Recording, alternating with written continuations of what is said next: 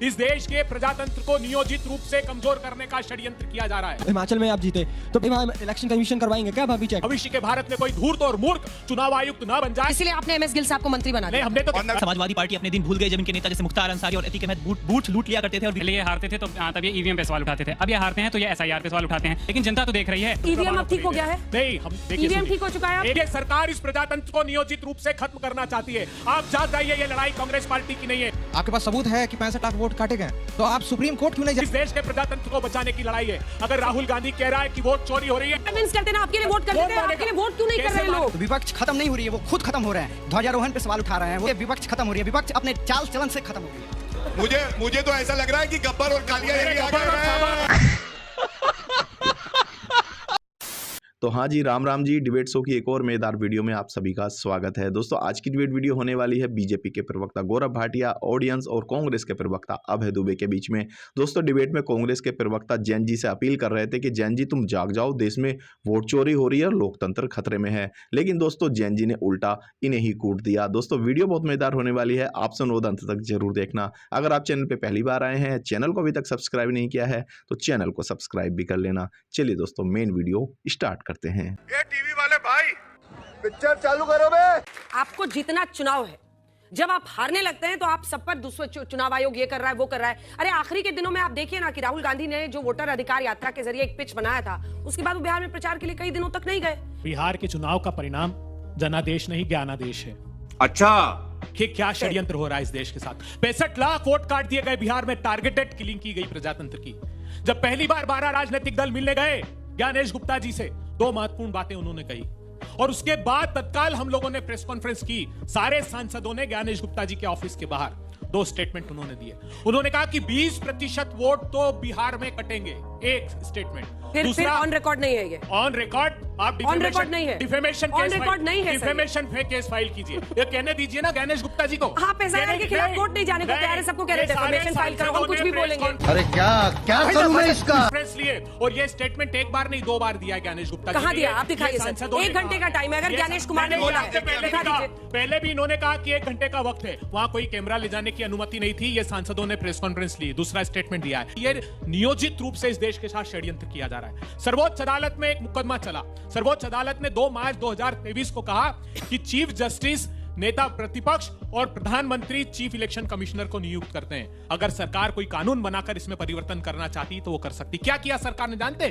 Chief justice of India को हटा दिया उस कमेटी से, ताकि प्रधानमंत्री और उनके द्वारा नियुक्त किया गया मंत्री यह तय कर ले कि इस देश में चुनाव आयुक्त कौन होगा। इस देश के प्रजातंत्र को नियोजित रूप से कमजोर करने का षड्यंत्र किया जा रहा है। चल बस, लायक है क्या?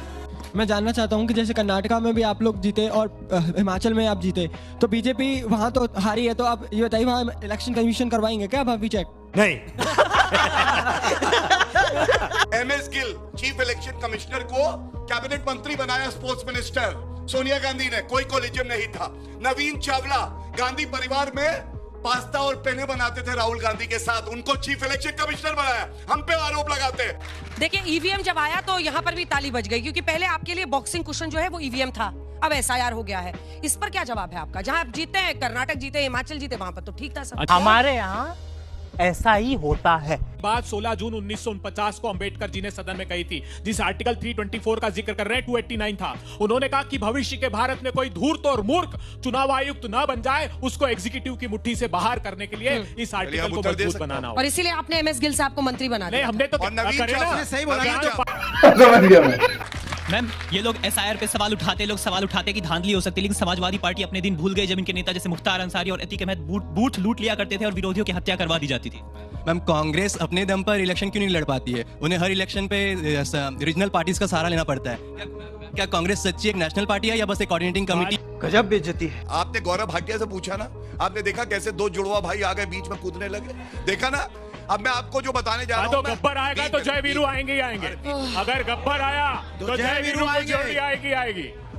ये वो जय वीरू का आइकॉनिक जोड़ी था, आप लोग मत उसमें फंसिए। कभी साइकिल पे चढ़ते हैं, कभी उतर जाते हैं आप लोग। चलिए, नहीं, मैं आपको बताता हूँ, ये जय वीरू की जोड़ी नहीं है। ये बंटी बबली है, आपको लूटने आए हैं। हाँ, सुनिए, जय वीरू। क्यों बोलते हैं भाई आप दोनों को? क्या अच्छा नहीं गब्बर लगा। अकेला नहीं, सांबा भी देखिए है, जब तक सांबा। ताली बजा रही है खुश है, आपको दुख हो रहा है। गब्बर जब और जब जनता सांबा खुश साथ होती आए। है ये छाती पीटते हैं, ये मातम मनाते हैं। भारत की खुशी से इनका कोई लेना अरे देना नहीं। पहले तो मैं बता दूं, मध्य प्रदेश का चुनाव था, यही बंटी बबली कमलनाथ कह रहे थे अखिलेश वखिलेश को क्या लेना विक्रम देना बेताल, क्या नाम है, दिया? और वाह, अखिलेश वाह। यादव कह रहे थे कांग्रेस के लिए। बेताल। बीच में नहीं, विक्रम और बीच में बेताल है इधर। प्लीज प्लीज, अरे हो गया भाई, आज का सब हो जाएगा। राहुल गांधी पूरा रिवॉर्ड देंगे आपको। और अखिलेश यादव ने कांग्रेस पार्टी के लिए कहा बड़ी चालू पार्टी है, इसके साथ कुछ मत करना। ये बंटी बबली खैर पहले ये हारते थे तो तब ये ईवीएम पे सवाल उठाते थे, अब ये हारते हैं तो ये एसआईआर पे सवाल उठाते हैं, और ये भी कहते हैं कि इलेक्शन कमीशन इनकी नहीं सुनता। लेकिन जनता तो देख रही है। क्या आप जनता में विश्वास बनाने में फेल हुए हैं? इसको आप क्यों नहीं मानते? पहले ही एक गंभीर प्रश्न अरे लगा वो कह रहे हैं रोजगार का मुद्दा उठाइए, नहीं, बच्चों का मुद्दा उठाइए, ये सब आपके समर्थक हैं। वही तो कुछ? उठाते हैं। तो ये वोट चोरी से हक चोरी का मुद्दा ही है। आप हाइड्रोजन अगर bomb, vote- atom bomb, Rahul ji कहते हैं हम हाँ, हाइड्रोजन क्यों? बॉम्ब लेके आए हैं। हमने दिए प्रमाण। हमने कहा इलेक्शन कमिश्नर से, हमने कहा कि जो मधेपुरा का चुनाव है उसमें कर्नाटक में हमारी सरकार है। हमने कहा कि 11,956 डुप्लीकेट वोटर्स हैं। हमने कहा कि 40,000 फेक एड्रेसेस के वोटर्स हैं। हमने कहा कि बल्क वोटर एक एक एड्रेस पे 10,500। हमने पूरी लिस्ट दी, फेरिस्त दी। इनके पास इन्होंने कहा कि हमारे पास एक सॉफ्टवेयर है जो डुप्लीकेट वोटर्स को हम उस सॉफ्टवेयर के थ्रू पकड़ सकते हैं। आज तक सिंगल भी उस सॉफ्टवेयर को यूज करके डुप्लीकेट वोटर्स क्यों नहीं पकड़े? हम जब कह रहे हैं कि हमको ओटीपी ट्रेस दे दीजिए साहब, हमारी सीआईडी मांग रही है ताकि हम पकड़ लें कि कौन एक ऐप से। आपको जानकर आश्चर्य होगा कि एक सॉफ्टवेयर बनाया गया नियोजित रूप से वोट काटने का, तो वो पकड़ लिया गया कर्नाटक में। कुछ भी। अच्छा, ईवीएम अब ठीक हो गया है? नहीं, हम देखिए, ईवीएम सुनिए। ठीक हो चुका है अब? एक मैं सिंपल सवाल पूछ रही हूँ सर कि ईवीएम पर भी अभी शक की नजर रखनी है, नहीं रखनी है?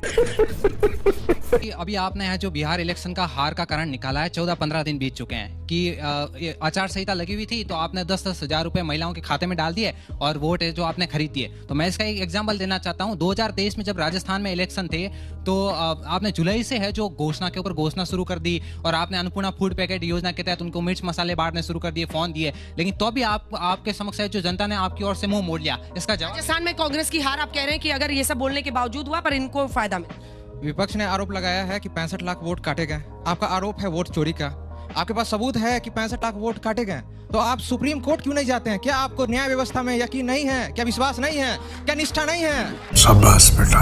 एक वरिष्ठतम पत्रकार ने यह आरोप लगाया कि मेरे सगे भाई ने जन सुराज पार्टी को वोट दिया, उस बूथ पर उस पार्टी को 0 वोट है। एक निर्दलीय ने आरोप लगाया कि मैंने खुद को वोट दिया, मेरा वोट। तो अगर ये अरे ऐसे संशय किससे है, कहानी से नहीं चलता है कहानी से सर। नहीं।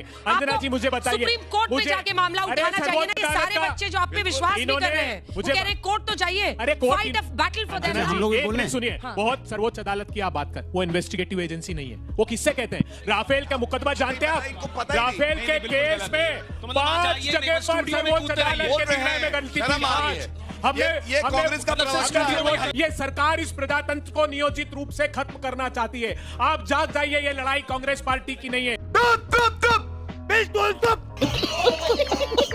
सत्ता की भूख की नहीं है, इस देश के प्रजातंत्र को बचाने की लड़ाई है। अगर राहुल गांधी कह रहा है कि वोट चोरी हो रही है, सरबरंदा सोनोवाल का सुप्रीम कोर्ट का जजमेंट पढ़ लीजिएगा। देश के लिए खतरा है। और कांग्रेस की सरकार कहती थी इलू इलू आजा आजा, मेरे लिए वोट कर जा। लोग कहते हैं कितने वापस भेजे, ये सवाल पूछते हैं। सबसे पहले तो मैं ये बता दूं कि अब घुसपैठिए अंदर आ नहीं सकते हैं, बल्कि पश्चिम बंगाल में देखा कतार लगी हुई है, हजारों में वापस जा रहे हैं। और यही इस देश की ताकत है, क्योंकि भारत की सरकार यहां जो बैठा है भारतीय बनाएगा, कोई घुसपैठिया नहीं बनाएगा। चाहे हिंदू हो, सिख हो, मुस्लिम हो, कोई धर्म का हो, वो व्यक्ति हमारा नागरिक है। वोट करने का अधिकार संविधान उसे देता है। और इसी बात को अमित शाह जी कहते हैं, ये भारत है देश मेरा, इसके लिए प्राण न्यौछावर कर दूंगा। मैं ये धर्मशाला नहीं समझता हूं, जो खुश के अगर आएगा गलत तो उठा के फेंकूंगा बांग्लादेश में। ये हमारी सरकार की प्रतिबद्धता है। भारतीय जनता पार्टी के एक सांसद दिल्ली में वोट किया, अभी बिहार में वोट कर रहे हैं। ठीक है, भारतीय चलिए, जनता जवाब पार्टी दीजिए। अब गौरव जी, आपकी बारी है। ठीक है, आपने पूरा बोल लिया। इन्होंने ठीक है, दिल्ली जवाब से ले जाकर वोट कराने के लिए। क्या ये आचार संहिता का उल्लंघन नहीं था? क्या गणेश कुमार जी को नहीं दिखा? वो तो कह रहे थे जो पलायन कर गए वो भी वोट। अरे तो उनको कन्विंस करते ना, आपके लिए वोट कर देते हैं। आपके लिए वोट क्यों नहीं कर रहे हैं लोग? ये लोग आदमी बोलता है कि विपक्ष खत्म हो रही है, भारतीय जनता पार्टी विपक्ष को खत्म करने पे तुली हुई है, तो विपक्ष खत्म नहीं हो रही है, वो खुद खत्म हो रहे हैं। ध्वजारोहण पे सवाल उठा रहे हैं, वो SIR के मुद्दे पे सवाल उठा रहे हैं, वो ऐसे ऐसे मतलब जो देश के हित में सवाल होते हैं उस पे सवाल उठा रहे हैं, जो हित में काम होते हैं उस पे सवाल उठा रहे हैं। इसलिए विपक्ष खत्म हो रही है, विपक्ष अपने चाल चलन से खत्म हो रही है। दिल्ली में 70 सीटों में आया अंडा, पश्चिम बंगाल में 294 में आया अंडा, आंध्र प्रदेश में 175 में आया अंडा, सिक्किम में 40 में आया अंडा, मेघालय में 60 में आया अंडा।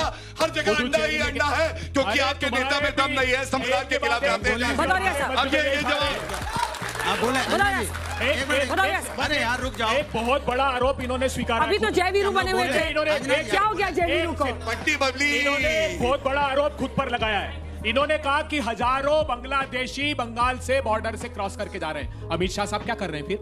इतना बड़ा खुद पर आरोप लगाया, खुद के गृह मंत्री क्या लगाया? वापस जा रहे हो, आप ये देखिए वापस जा रहे 10 दिन हो रहा है। भाई कैसे जा रहा है? रुको भैया, हजारों पोस्टर रोहिंग्या को फ्लैट दे रहे दिल्ली में। 10 दिन को हरदीप पुरी रोहिंग्या को ट्वीट कर रहे हैं, फ्लैट दूंगा फ्लैट दिल्ली में, और यहाँ आकर कम्युनल पोलराइजेशन कर। जय कौन है, वीरू कौन है? कोई तुझको दे आवाज तो मैं बोलूं, कोई तुझे पुकारे तो मैं मुझे तो ऐसा लग रहा है कि गब्बर और कालिया यही आ गए हैं। रायबरेली में, यूपी के रायबरेली में पोस्टर लगा जहां से राहुल गांधी सांसद है और लिखा है बिहार में एनडीए की सरकार गठन में राहुल जी के अमूल्य योगदान के लिए हृदय से विशेष धन्यवाद। यानी राहुल गांधी की वजह से बिहार में एनडीए चुनाव जीत गई, ये पोस्टर लगा है। तो बेशर्मी की हद। This is not called democracy. खत्म, bye bye, tata, goodbye, गया। तो दोस्तों इस वीडियो में इतना ही। अगर आपने वीडियो अंत तक देखी है तो उम्मीद करता हूँ आपको वीडियो पसंद आई होगी। वीडियो के बारे में आपकी जो भी कोई राय है कमेंट्स करके जरूर बताएं। वीडियो को अंत तक देखने के लिए आप सभी का बहुत बहुत धन्यवाद। ऐसी ही मजेदार वीडियो देखने के लिए चैनल को सब्सक्राइब करना बिल्कुल न भूलें। चलिए दोस्तों, मिलते हैं जल्द अगली वीडियो में। तब तक के लिए जय हिंद, वंदे मातरम।